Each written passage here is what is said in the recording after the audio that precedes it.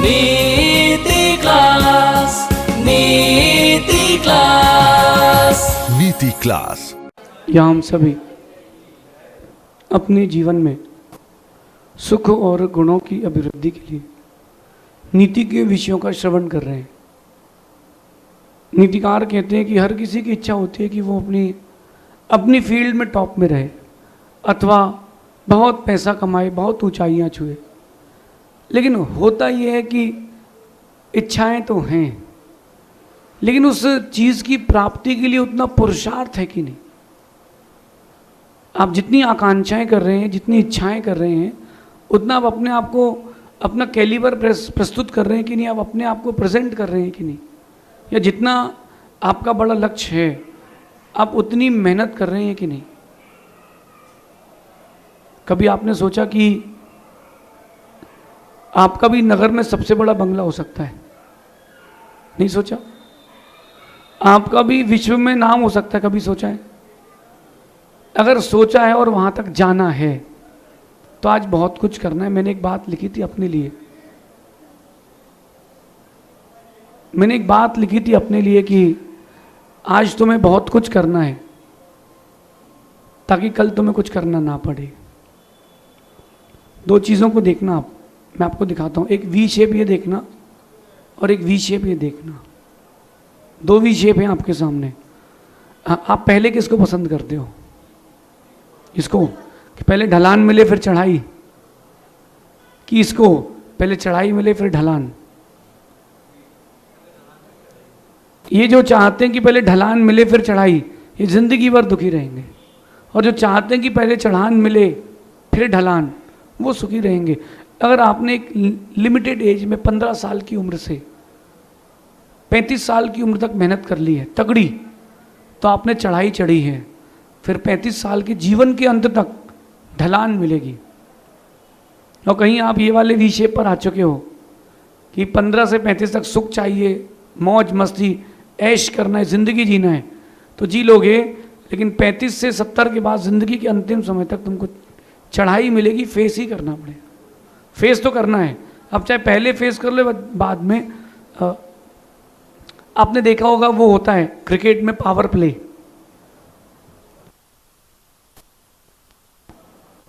आप होगा क्रिकेट में मिलता है पावर प्ले। क्रिकेट में करो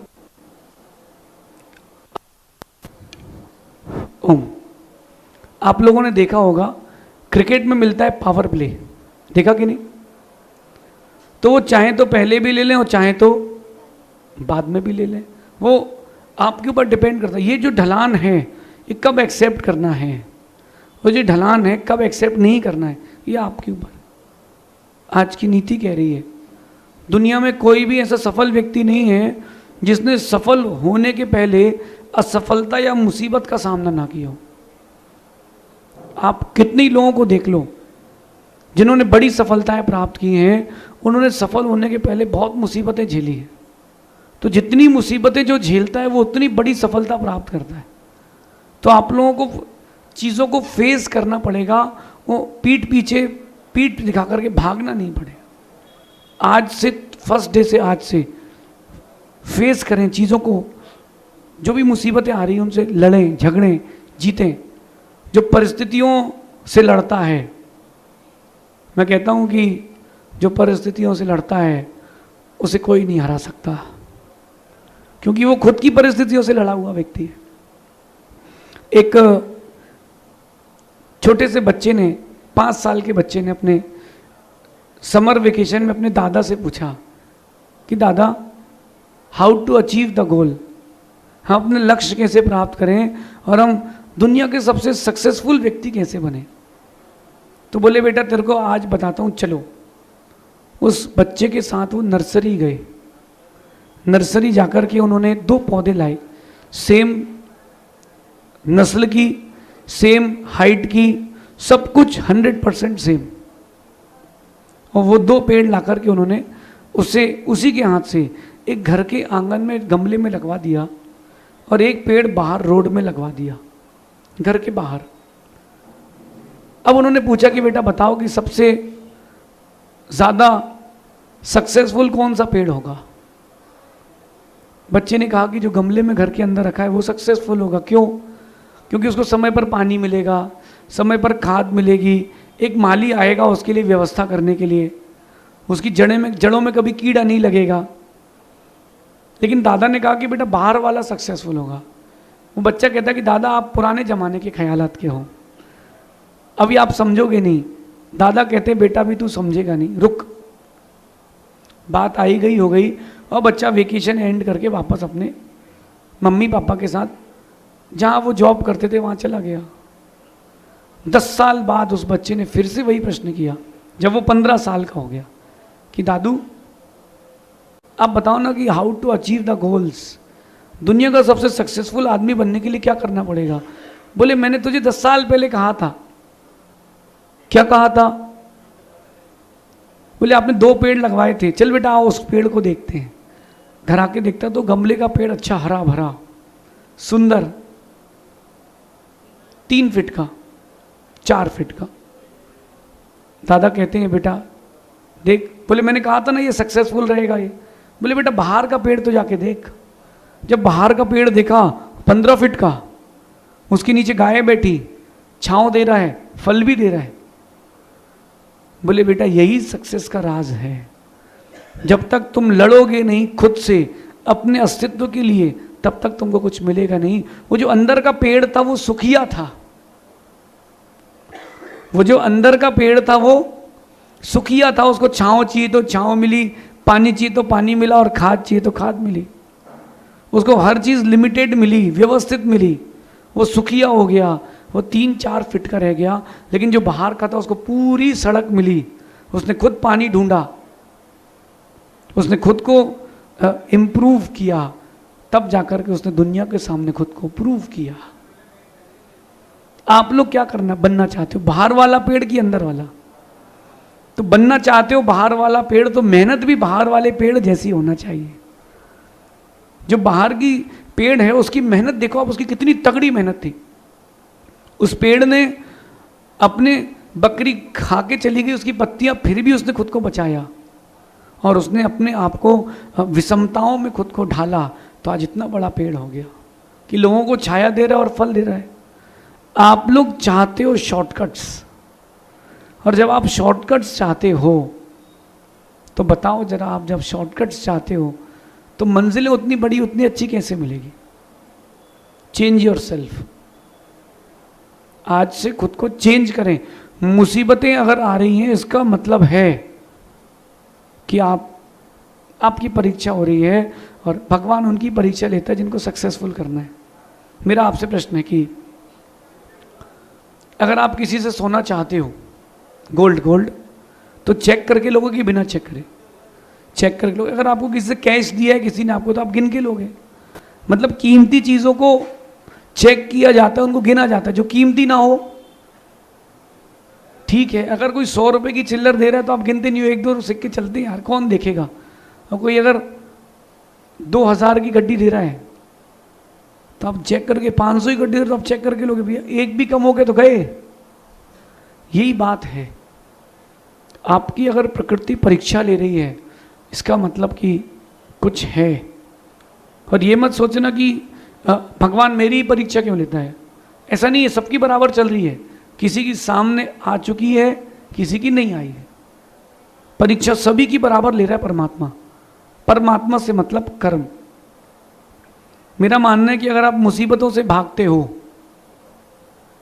तो आप नई मुसीबतों को बुलाते हो। मैंने एक दृश्य देखा था बचपन में, एक टीवी चैनल आती थी ज्योग्राफी, डिस्कवरी ज्योग्राफी। तो जो ज्योग्राफी चैनल था वो मैं देख रहा था स्कूल के बाद। तो एक शेर एक जंगली भैंसे के पीछे भाग रहा था। बहुत देर तक भागता रहा। जब वो भैंस थक गया, वो रुका और पलट गया। और वो जैसे ही पलटा और उसने गुस्से में एक सींग उस शेर के पेट में दिया, उसके बाद का जो सीन था उसका सींग तो टूट गया और शेर के पेट में आर पार हो गया और शेर घसीटते हुए वापस चला गया। अब बताओ मेरा प्रश्न, उस शेर का क्या हुआ होगा? थोड़ी देर बाद वो शेर मर गया होगा, क्योंकि उसका सींग पूरे उस शेर के पेट के आर पार था। भैंसा तो बच गया क्योंकि वो मुसीबतों से लड़ा। आप मुसीबतों से भागते हो तो मुसीबतें आपके पीछे आती हैं। आप एक बार मुड़ करके मुसीबतों के सामने डट के खड़े हो जाओ, मुसीबतें चली जाएंगी, नई मुसीबत नहीं आएगी। अब वो शेर दोबारा उस भैंसे के पीछे नहीं आएगा। क्यों? बोले अभी दूसरा सींग है। मुसीबतें आपके पास आती हैं, भागते हो, डरते हो, नहीं नहीं, मुसीबतों को फेस करो। जिसने परिस्थितियों से लड़ा है, जो परिस्थितियों से लड़ लेता है, वो किसी से कभी नहीं हारता। आपकी लाइफ में भी परिस्थिति आती है, ऐसी सर्कमस्टेंसेस आते हैं, लेकिन आप क्या करते हो? क्विट कर लेते हो। क्विट नहीं करना, पीछे नहीं भागना, आपको डटे रहना है कि yes I will, yes I can. अच्छा, जब विपरीत परिस्थितियां आती तो क्या होता है बताऊं मैं आपको। सबसे पहली चीज ये होती कि आपकी जो इनर क्वालिटीज होती हैं वो इंक्रीज हो जाती हैं। देखो, आप दूध के ऊपर मुसीबत आई, उसको आंच में रख दिया गया, वो रबड़ी बन गया। दूध के ऊपर मुसीबत आई, उसमें जामन डाल दी गई, वो दही बन गया। उसकी कीमत बढ़ी कि नहीं?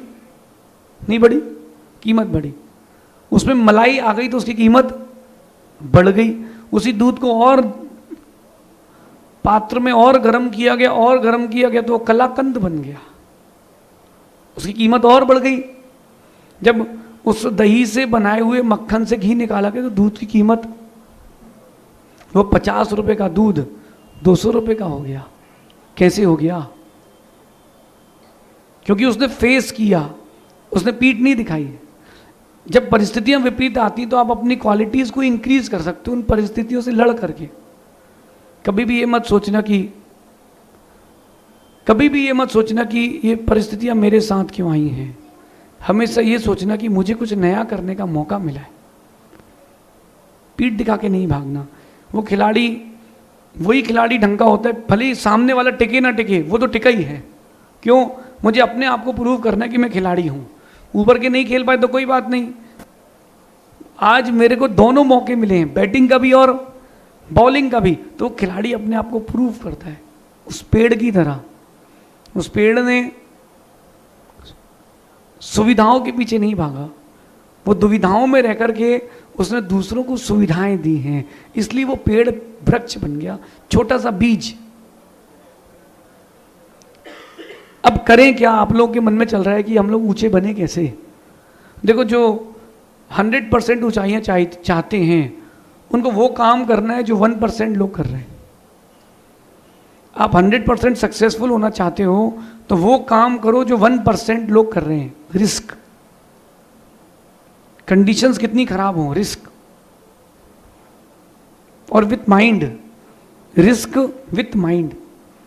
मैंने देखा रास्ते में एक बच्चे को, बरसात में वो रेनकोट पहना और अपने पॉकेट में डायरी और पेन रखा था। मेरे ख्याल से मुंबई की बात थी, जब मैं बिजनेस के लिए गया था। वो बच्चा दिन भर मेहनत करके भी 30-40 रुपए से ज़्यादा नहीं कमा पाता था मेरे हिसाब से। कितने? 30-40 रुपए में क्या होता है? आपका बच्चा तो आज इतने की चॉकलेट खा लेता है, इससे ज़्यादा के तो गुब्बारे उड़ा देता है। 400-500 रुपये की तो आप उसको चप्पल दिला के रखते हो। एक जिस ऑटो में मैं बैठा था, उस ऑटो के बाजू में कार वाला था। उसने पूछा उस बच्चे से कि बेटा इस बरसात में तू क्यों घूम रहा है? बोले सर आप ये पेन चाहते हैं कि डायरी चाहते हैं क्या? बोले तू क्या करना है, तू क्या चाहता है? बोले आप अगर पेन और डायरी ले लोगे तो शाम को मेरा पेट भर जाएगा, वरना ये डायरी में फिर आज लिख लूंगा कि आज फिर भूखा सोना है। वो आदमी ने उसकी पूरी डायरी ले ली। मेरे हिसाब से 200-250 रुपये की डायरीज होंगी और पेन होगा। उस आदमी ने उसकी सब कुछ खरीद ली और पीछे मुड़ के जब मैंने देखा, वो लड़का बरसात में उसने रेनकोट उतारा और खेलते हुए अपने घर तक गया। उसने उस बरसात में भी ये सोच के रखा था कि कोई ना कोई तो आएगा। विपरीत परिस्थितियों में भी वो अपने आप को प्रूव करने निकला था। वो अपने घर जाके उसने अपनी माँ को बोला होगा, माँ आज पूरी बेच के आ गया। आप होते तो क्या करते? पापा पानी गिर रहा है, हम दुकान नहीं खोलेंगे। पापा पानी गिर रहा है, धूप बहुत है, मैं कॉलेज नहीं जाऊंगा। क्योंकि आप सुख सुविधा वाले हैं ना। अपने बच्चों को ये बताना कि तुम गरीब बाप के अमीर बेटे हो।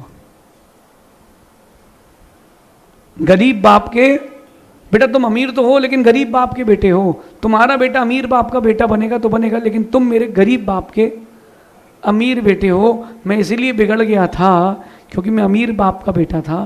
तुम बेटा गरीब बाप के बेटे बन के रहना, तुम नहीं बिगड़ोगे। ये एटीट्यूड आपको अपने बच्चों को देना पड़ेगा, तब जाकर के आपके बच्चे सुख सुविधाओं से दूर होंगे।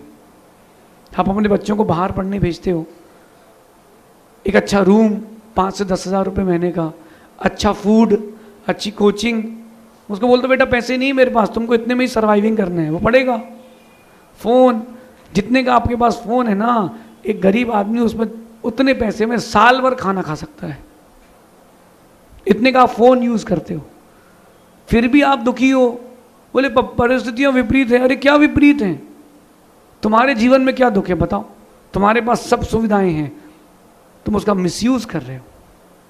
अगर आपको 100% ऊंचाइयाँ चाहिए तो वो करो जो 1% लोग कर रहे हैं। आप परिस्थितियों से लड़ो, सुख सुविधाओं में मत जाओ, क्योंकि वो जो परिस्थितियां हैं वो आपके अंदर पेशेंस बिल्ड करती हैं, कि धीरज, वो जो धैर्य बढ़ता है, पेशेंस बढ़ता है, किससे? परिस्थितियों से लड़कर, वो आपकी पहचान बनाता है। वो आपकी पहचान बनाता है और एक बात और सिखा के जाता है कि कौन तुम्हारा है, कौन तुम्हारा नहीं है। एक व्यक्ति घर में परिस्थितियां विपरीत हो गई तो उसने अपनी माँ से बोला, माँ ऐसा ऐसा हो गया, लॉस लग गया, मेरी गलती है। माँ ने कंगन निकाल दिए, पिताजी ने घर की रजिस्ट्री निकाल दी और पत्नी ने मंगलसूत्र उतारा और मायके भेज दिया कि ये भी बेच देंगे, ये तो मेरे पिताजी का दिया हुआ है, कंगन तुम्हारे ले लो। समझ गया कि बस ये पत्नी रोटी बनाने के लिए है। ये जो पत्नी है ये रोटी बनाने के लिए है, काम के लिए नहीं। काम के लिए तो मेरी माँ है। ये पत्नी जो है रोटी बनाने के लिए, काम के लिए नहीं है, काम के लिए मेरी माँ है। अब आप लोग बताओ कि आपके साथ क्या होता है जब परिस्थितियां विपरीत आती? तो लोगों की पहचान होती है आपको कि देखो हाँ ये व्यक्ति धोखा दे गया, देखो ये व्यक्ति धोखा दे गया, अब अगली बार बच के रहना है। तो जब किस्मत आपकी परीक्षा लेती है ना, तो बहुत सारे लोगों का एग्जाम हो जाता है। आप तो पास हो जाओगे, लेकिन उसमें देखना कि फेल कौन कौन हुआ है। जिसको जानते नहीं थे वो दिल खोल के मदद करने खड़ा हो गया, और जिसको जान दी थी वो जान लेने पे खड़ा है। मेरे पैसे कब देगा?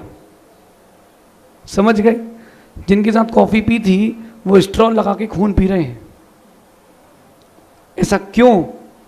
ये परिस्थितियां सिखा रही, ये आपको परिस्थितियां सिखा रही। इसलिए चाहे जीवन में कुछ भी हो जाए, परिस्थितियों से लड़ना है, परिस्थितियों से भागना नहीं।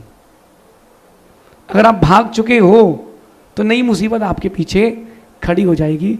इस नीति को अपने जीवन में ज़रूर उतारना।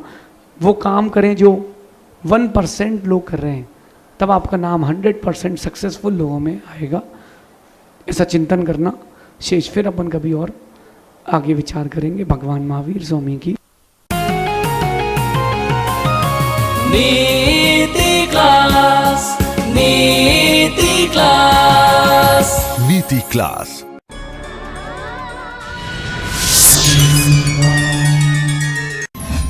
और हम योग, ध्यान और ज्ञान का अनूठा पद